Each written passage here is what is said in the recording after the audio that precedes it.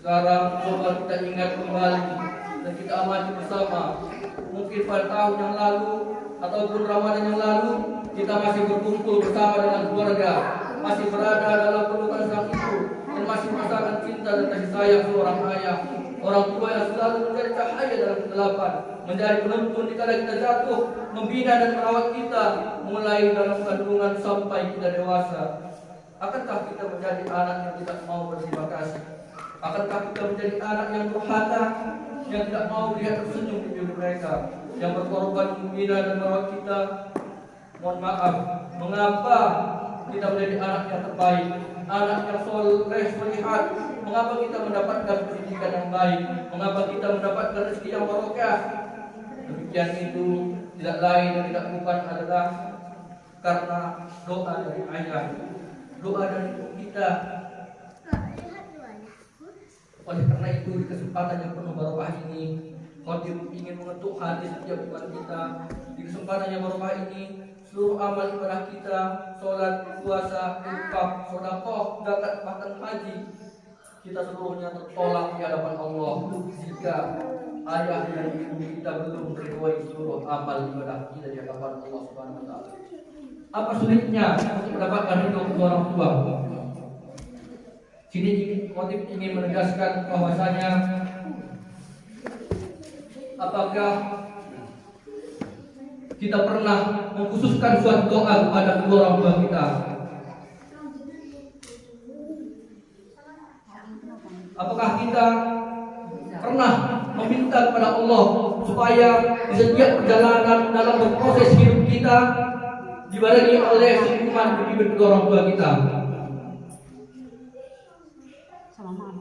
Namun itu tidak ada. Yang kita laksanakan selama ini adalah berdoa untuk diri kita sendiri. Berdoa kepada Allah, meminta harta, meminta rezeki yang banyak. Namun itu semua tidak barokah tanpa diridhoi oleh kedua orang tua.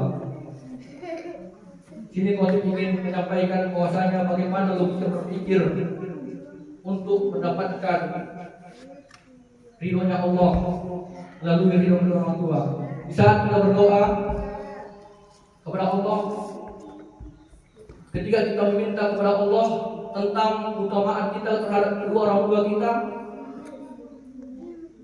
pernah tidak berpikir di benak kita bahwasanya kedua orang tua kita sudah memprioritaskan doanya seluruhnya kepada anaknya?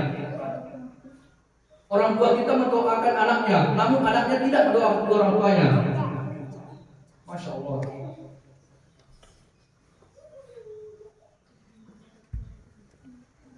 Jemaah sidang seperti rahimahullah,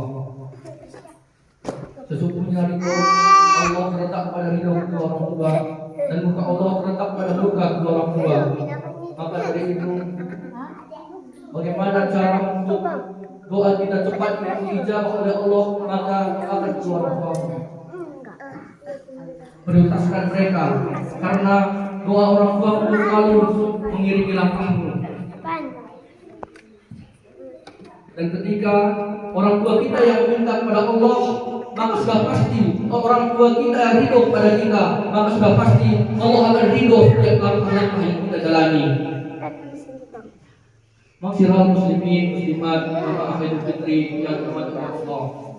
Bagi anak yang durhaka yang hari ini selalu menyakiti hati kedua orang tuanya, mungkin beberapa hari yang lalu, mungkin beberapa bulan yang lalu, mungkin beberapa saat yang lalu, pada tahun yang lalu kita pernah menyakiti hati kedua orang tua kita. Mungkin kita pernah menuntut ayah ibu kita.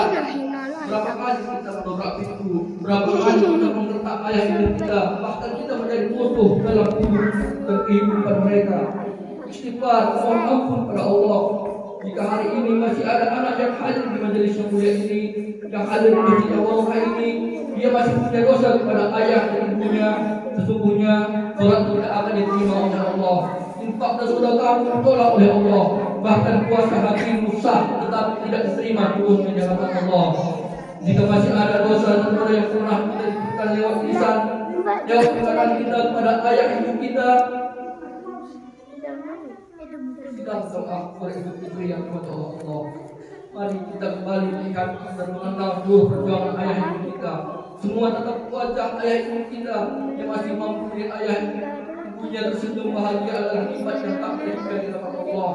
Bahkan menatap wajah seorang ibu kata Nabi, siapa anak yang menatap wajah ayah ibunya adalah ibadah.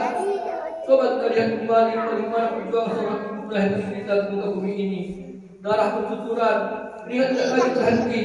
Ibu menangis di hadapan Allah Subhanahu wa Ta'ala. Setiap lisan yang keluar dari bibirnya adalah untuk anaknya. Demi Allah, mengapa hari ini kita menjadi anak yang sukses? Tidak lain dan tidak bukan adalah doa dari ayah kita, doa dari ibu kita. Setiap malam ibu kita berdoa, ya Rob, jadikanlah anakku anak yang soleh. Ya Rob, jadikanlah anakku anak yang berbakti kepada kedua orang tuanya. Ya Rob, jadikanlah anak-anak kami menjadi anak-anak yang terbaik. Jadikanlah nasibnya lebih baik ketimbang ayah ibunya. Demi Allah, saat ini jika kita sukses dan jika kita sudah mendapatkan harta yang layak, setelah kita menjadi anak yang terbaik untuk ayah ibu kita, kemana semua anaknya? Terkadang setelah kita sukses kita lupa dengan ayah ibu kita. Jikalau ayah ibu kita kaya, anaknya menjadi raja. Tetapi terkadang jikalau kita anak-anaknya yang sudah sukses, orang tua kita jadikan sebagai buruk, bahkan kita jadikan orang tua kita sebagai pembantu. Cepat mohon ampun kepada Allah. Tataplah wajah ayah ibumu, kata Nabi, dengan tatapan kasih sayang. Maka siapa anak yang menatap wajah ayah ibunya dengan tatapan kasih sayang, maka pahala yang terbesar baginya tidak lain dan tidak bukan adalah ajran mabrur. Siapa anak yang datang menatap wajah ibunya dengan tatapan kasih sayang, maka Allah Subhanahu wa Ta'ala akan menuliskan baginya satu pahala haji yang mabrur. Satu pahala haji jamaah sidang itu bisa menerima Allah. Hanya dengan menatap wajah ibu kita tersenyum, kita mendapatkan satu pahala haji yang mabrur. Tapi mengapa kita selalu menyakiti hati ayah kita? Istighfar. Anak yang hari ini yang masih mampu menatap wajah ayah ibunya, tataplah wajah ayah ibumu dengan kasih sayang. Berapa lama engkau akan menatap wajahnya? Senyuman indah yang keluar dari bibirnya, senyuman indah yang keluar ikhlas pada anak-anaknya. Senyuman ibu tidak ada politik di dalamnya, tidak ada kapitulasi di dalamnya, ikhlas pada kita anak-anaknya. Coba kita lihat perjuangan ayah ibu dikala kita sakit. Ibu tidak tidur dari pagi ke pagi, dia gendong anaknya. Ibu menangis dalam doanya berkata, ya Rob, sembuhkan sakitnya anakku. Kalau perlu, saya ibunya yang menggantikan sakitnya. Selain itu, kita semakin hari semakin tua, kulitnya semakin habis, semakin meliput. Ibu kita semakin hari semakin rentah, butuh pengawasan oleh anak-anaknya. Ibu kita jatuh sakit, kemana semua anak-anaknya? Kita hanya sibuk dengan urusan dunia. Kita hanya sibuk dengan diri kita masing-masing. Istighfar kepada Allah. Astagfirullahaladzim.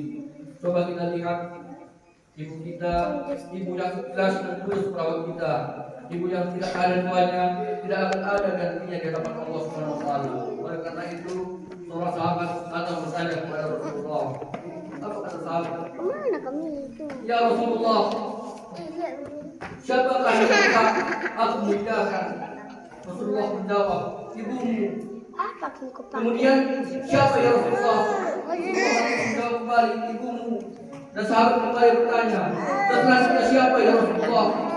Ibumu, kata Rasulullah. Dan selanjutnya siapa ya Rasulullah? Selanjutnya ayahmu, kemudian yang terdekat setelahnya, kata Rasulullah.